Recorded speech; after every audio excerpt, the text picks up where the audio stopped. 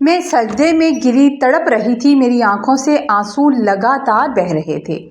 میری زبان پر ایک ہی دعا تھی کہ اللہ مجھے بے اولاد ہی رکھنا، مجھے کبھی ماں نہ بنانا۔ شاید یہ سن کر کسی کو بھی حیرت ہو، کیونکہ دنیا میں عورتیں اولاد کے لیے ترستی ہیں، لیکن میں جس تکلیف اور ذہنی اذیت سے گزر رہی تھی اس میں مجھے یہی دعا اپنے حق میں بہتر لگ رہی تھی۔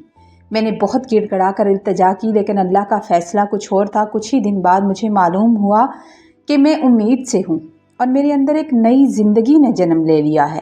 یہاں سے میری زندگی کا وہ باب شروع ہوا جس نے مجھے ماضی کے ان تمام رستوں پر دوبارہ لا کھڑا کیا جہاں سے میں بھاگنا چاہتی تھی۔ میرا نام زویا ہے، میں ایک انتہائی غریب گھرانے سے تعلق رکھتی ہوں۔ ہم 3 بہنیں تھیں اور والد صاحب سڑک کنارے ٹھیلے پر سموسے بیچ کر گھر کا گزر بسر کیا کرتے تھے۔ اتنی آمدنی نہیں تھی کہ ہم اچھے اسکولوں میں پڑھایا جاتا یا ہماری بڑی جگہوں پر شادیاں کی جاتی، لیکن مجھے بچپن سے ہی پڑھنے کا بہت شوق تھا۔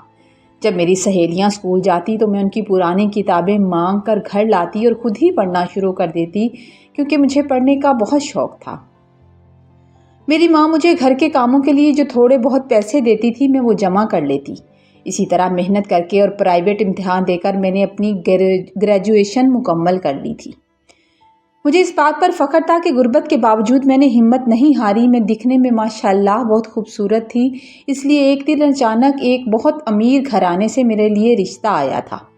وہ لوگ جب ہمارے چھوٹے سے گھر میں آئے تو مجھے دیکھ کر انہوں نے فوراً سے پسند کر لیا۔ میرے والدین کی خوشی کا کوئی ٹھکانہ نہ تھا۔ انہیں یقین نہیں آ رہا تھا کہ اتنے بڑے بنگلے اور کھاتے پیتے لوگ ایک سموسے بیچنے والے کی لڑکی کو اپنے گھر کی بہو بنائیں گے۔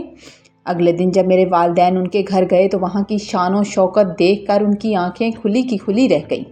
لڑکا بھی دکھنے میں بہت وجیح اور پڑھا لکھا لگ رہا تھا۔ سب کچھ اتنا جلدی اور اتنا آنن فانن اور آسانی سے طے پا گیا کہ ہمیں سوچنے سمجھنے کا موقع ہی نہیں دیا گیا، نہ ہی موقع ملا۔ شادی کا دن آیا، ہر طرف رونق تھی، لیکن اس خوشی کے موقع پر جب میری بہنیں اور کزنوں نے ایک عجیب سی بات محسوس کی، وہ میرے پاس آ کر سرگوشیاں کرنے لگیں۔ وہ کہنے لگی کہ زویا، دلہا میاں کی آنکھیں اتنی لال کیوں ہیں؟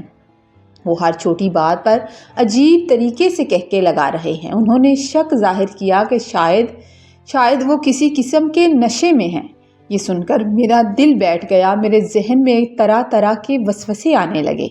کیا واقعی میرا ہونے والا شوہر نشہ کرتا ہے؟ میں نے اس وقت دل ہی دل میں اللہ سے دعا کی کہ یا اللہ، یہ سب سچ نہ ہو۔ کوئی بھی لڑکی یہ برداشت نہیں کر سکتی کہ اس کی زندگی کسی ایسے انسان کے ساتھ جڑ جائے یا جو ہوش و حواس میں نہ رہتا ہو۔ جس رات میں بیاہ کر اس بڑے گھر میں آئی، میرے خواب بہت اونچے تھے، لیکن وہ رات میری زندگی کی طویل ترین اور خوفناک رات محسوس ہوئی۔ میں نئی نویلن دلہن بنی، بھاری جوڑے پہنے، گھونگھٹ نکالے کمرے کی سٹیج پر بیٹھی اپنے شوہر کا انتظار کر رہی تھی۔ گھڑی کی سوئیاں چلتی رہیں، 12 بجے، پھر 1 بج گیا اور پھر 2، لیکن میرے شوہر کمرے میں نہیں آئے۔ میں تنہا بیٹھی کمرے کی دیواروں اور پیش قیمت فرنیچر کو دیکھ رہی تھی کہ کیا واقعی میری قسمت بدل گئی ہے۔ رات کے 3 بج رہے تھے جب اچانک دروازہ کھلا۔ میرا شوہر، جس کا نام شاہد تھا، اپنے پیروں پر کھڑا نہیں ہو پا رہا تھا۔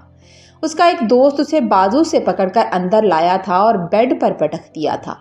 شاہد کی حالت غیر تھی، اس کی آنکھیں خون کی طرح سرخ تھیں اور اس کے منہ سے ایک ایسی گھٹیا اور تیز بدبو آ رہی تھی جس سے میرا دم گھٹنے لگا تھا۔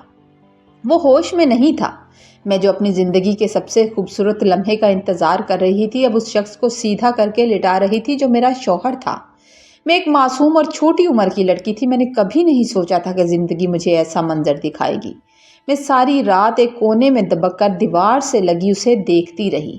وہ بے ہوشی کی حالت میں ہاتھ پاؤں مارتا اور منہ سے اول فول بکتا رہا۔ میری شادی کی پہلی رات آنسوؤں اور خوف کی نظر ہو گئی۔ صبح جب میری آنکھ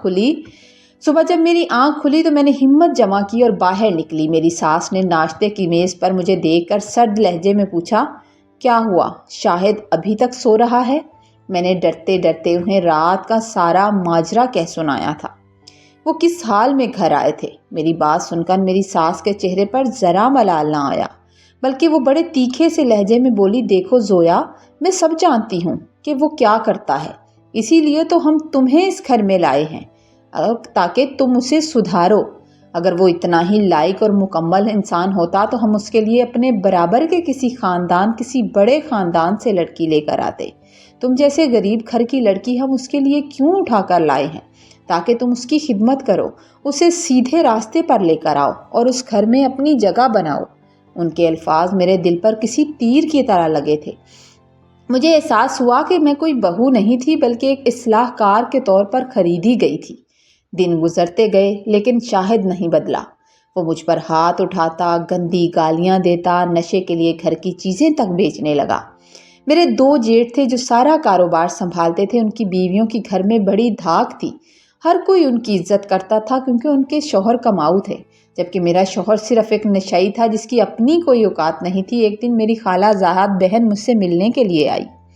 میری حالت دیکھ کر وہ تڑپ اٹھی کہ تم کیا ہو گئی ہو؟ میں نے روتے ہوئے اسے سب بتا دیا کہ شاہد مجھے کیسے مارتا ہے اور کیسے میری ساس مجھے میرے میکے تک نہیں جانے دیتی تاکہ کسی کو کانوں کان خبر نہ ہو۔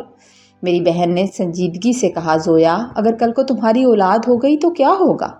اگر بیٹی پیدا ہوئی تو وہ اس نشئی باپ کے سائے میں کیسے پلے گی؟ تم ابھی جوان ہو، طلاق لے لو اور اپنی جان بچاؤ۔ روز روز کے رونے سے ایک بار کا رونا بہتر ہے، ورنہ یہ انسان تمہیں اور تمہاری نسل کو تباہ کر دے گا۔ اس کی باتوں نے میرے اندر ایک ایسا خوف پیدا کیا کہ میں سجدے میں گر کر دعا مانگنے لگی، یا اللہ مجھے کبھی ماں نہ بنانا، اس جہنم میں کسی معصوم کو مت لانا۔ لیکن قدرت کا کرنا ایسا ہوا کہ میں امید سے ہو گئی۔ شاہد کو جب پتہ چلا تو اسے ذرا بھی خوشی نہیں ہوئی۔ وہ اسی طرح نشے میں دھت رہتا۔ وقت پورا ہوا اور اللہ نے مجھے 2 جڑواں بیٹیوں عطا کی۔ جب میں ہاسپٹل سے گھر آئی تو میری جٹھانیاں اور دیورانیاں مجھ پر طنز کرنے لگیں کہ اب تو شاہد کے پاس اپنے نشے کے پیسے نہیں ہیں، ان 2 بچیوں کا بوجھ کون اٹھائے گا؟ اب تو تمہارے خرچے دگنے ہو جائیں گے۔ میں اپنی دونوں ننھی کلیوں کو سینے سے لگائے بستر پر پڑی تھی۔ میری آنکھوں سے بہنے والے آنسو میری بچیوں کے معصوم چہرے پر گر رہے تھے۔ اسی وقت شاہد کمرے میں دھاڑتا ہوا داخل ہوا تھا۔ اسے اپنی بیٹیوں سے کوئی پیار نہیں تھا۔ وہ سیدھا میرے پاس آیا اور وحشیوں کی طرح میرے کانوں سے سونے کی بالیاں نوچنے لگا۔ میں درد سے کرا اٹھی، لیکن اسے صرف اپنے نشے کی فکر تھی۔ میں اپنی بیٹیوں کا چہرہ دیکھ کر سوچ رہی تھی، کیا ان کا نصیب بھی میری طرح اندھیروں میں بھٹکتا رہے گا؟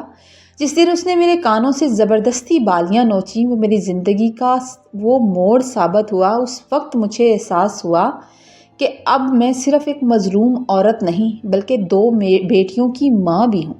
ممتا نے مجھے وہ بہادری عطا کر دی جو مجھ میں پہلے کبھی نہیں تھی۔ سچ کہتے ہیں کہ ماں بن کر عورت بہادر بن جاتی ہے۔ جب وہ بالیاں لے کر نشے کی طلب میں باہر بھاگا تو میں نے اپنے آنسو پوچھے اور دل میں عہد کیا کہ یہ آخری بار تھا جب اس نے مجھ پر میری عزت نفس پر ہاتھ ڈالا ہے۔ کچھ دن بعد وہ دوبارہ اسی طرح نشے میں دھت کر آیا اور غصے میں کمرے کی ایک قیمتی چیز اٹھا کر لے کر جانے لگا تاکہ اسے بیچ کر وہی زہر خرید سکے۔ اس بار میں خاموش نہیں رہی۔ میں لپکی اور اسے ایک زوردار دھکا دے کر پیچھے گرا دیا۔ وہ لڑکھڑا کر دیوار سے جا لگا اور حیرت سے میری طرف دیکھنے لگا۔ اسے یقین نہیں آ رہا تھا کہ یہ وہی زویا ہے جو سہمی ہوئی رہتی ہے، جو ہمیشہ کونے میں لگ کر روتی تھی۔ میں نے گرج کر کہا، خبردار اگر تم نے اس گھر کی کسی چیز کو ہاتھ لگایا۔ تم نے میرا سکون چھینا، میرے زیور چھینے، لیکن میں تمہیں اب اپنی بیٹیوں کا مستقبل چھیننے نہیں دوں گی۔ تم باپ کہلانے کے لائق ہی نہیں ہو۔ تم ایک بزدل انسان ہو جو اپنی بیماری کو ڈھال بنا کر بیوی بچوں کا حق مار رہا ہے۔ شور سن کر میری ساس اور شاہد کے بھائی بھی کمرے میں آ گئے۔ میری ساس چلانے لگی، یہ کیا بدتمیزی ہے زویا، تم اپنے شوہر پر ہاتھ اٹھا رہی ہو؟ میں نے اپنی ساس کی آنکھوں میں آنکھیں ڈال کر کہا، یہ میرا شوہر ہے تو آپ کا بیٹا بھی تو ہے۔ کیا آپ کو ذرا شرم نہیں آتی اسے اس حال میں دیکھ کر؟ اگر میری جگہ آپ کی اپنی بیٹی ہوتی اور اس کا شوہر یوں ہی دن رات نشے میں دھت رہتا، اس پر ہاتھ اٹھاتا، تو کیا آپ تب بھی یہی کہتی کہ وہ اس سے سدھارے؟ میں نے بہت سہ لیا۔ اب یا تو اس کا علاج ہوگا یا میں اپنی بیٹیوں کو لے کر یہاں سے چلی جاؤں گی۔ میری ہمت دیکھ کر شاہد کے بھائیوں کو بھی شاید اسی وقت اپنی غلطی کا احساس ہوا۔ انہوں نے شاہد کی حالت دیکھی اور آخرکار اسے ایک بحالی مرکز بھیجنے کا فیصلہ کر لیا تاکہ اس کا نشہ چھڑوایا جا سکے۔ شاہد کے جانے کے بعد میں نے ہاتھ پر ہاتھ دھر کر بیٹھنے کی بجائے ہمت سے کام لیا تھا۔ میں اب اپنی بیٹیوں کی ماں بن گئی تھی اور میری بیٹیاں اتنی نصیب والی تھیں کہ میرا ہر کام آسان ہونا شروع ہو گیا۔ میں پڑھی لکھی تھی اس لیے میں نے گھر پر ہی ٹیوشن پڑھانا شروع کر دیا۔ بچیاں ابھی چھوٹی تھی اس لیے میں باہر اسکول نہیں جا سکتی تھی، لیکن محنت میں نے نہیں چھوڑی۔ دیکھتے ہی دیکھتے محلے کے بہت سے بچے میرے پاس پڑھنے کے لیے آنے لگے اور میں مالی طور پر خود مختار ہونے لگی۔ تقریباً 8 ماہ گزر گئے۔ ایک دن گھر کا دروازہ کھلا اور شاہد اندر داخل ہوا تھا۔ اب وہ پہلے جیسا شاہد نہیں تھا۔ اس کی آنکھوں کی سرخی ختم ہو گئی تھی، چہرے پر ایک سکون تھا اور لباس بھی صاف ستھرا تھا۔ اس نے شرمندگی سے میری طرف دیکھا تھا اور پھر اپنی دونوں بیٹیوں کو جو پہلی بار محبت بھری نظروں سے دیکھ کر گود میں اٹھا لیا تھا۔ یہ میری بیٹیوں کے نصیب کا معجزہ تھا کہ ان کا باپ بالکل ٹھیک ہو کر گھر آیا تھا۔ اس نے مجھ سے بھی معافی مانگی اور اپنی ذمہ داریاں سنبھالنے کا وعدہ کیا تھا۔ شاید اسے بھی احساس ہو چکا تھا۔ آج جب میں اپنے ماضی کو یاد کرتی ہوں تو میری آنکھوں میں آنسو آ جاتے ہیں۔ میں وقت یاد کرتی ہوں جب میں سجدوں میں گر کر اللہ سے اولاد نہ دینے کی دعائیں کرتی تھی۔ میں کتنی نادان تھی، اللہ نے میری نہیں سنی بلکہ مجھے نواز دیا۔ سچ کہتے ہیں اللہ تعالیٰ وہ کرتا ہے جو آپ کے حق میں بہتر ہوتا ہے، کیونکہ اسے معلوم تھا کہ میری ان بیٹیوں کے قدموں کی برکت ہی سے میرے گھر میں اجالا ہونا تھا۔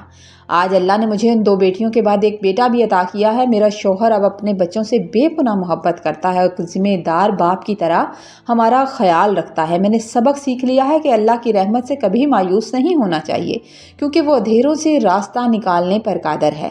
اور کبھی کبھی آپ کو اپنے حق کے لیے آواز بھی اٹھانی چاہیے، کیونکہ جب انسان خاموش رہتا ہے تو وہ دب جاتا ہے۔ اور سب سے آخری بات یہ ہے کہ اللہ تعالیٰ سب کے لیے آسانیاں پیدا کرے۔ یہ کہانی جو ہے مجھے بہت اچھی لگی تھی تو میں نے سوچا آپ سے شیئر کروں۔ چینل پر نئے ہیں تو پلیز سبسکرائب کیجئے، لائک کیجئے۔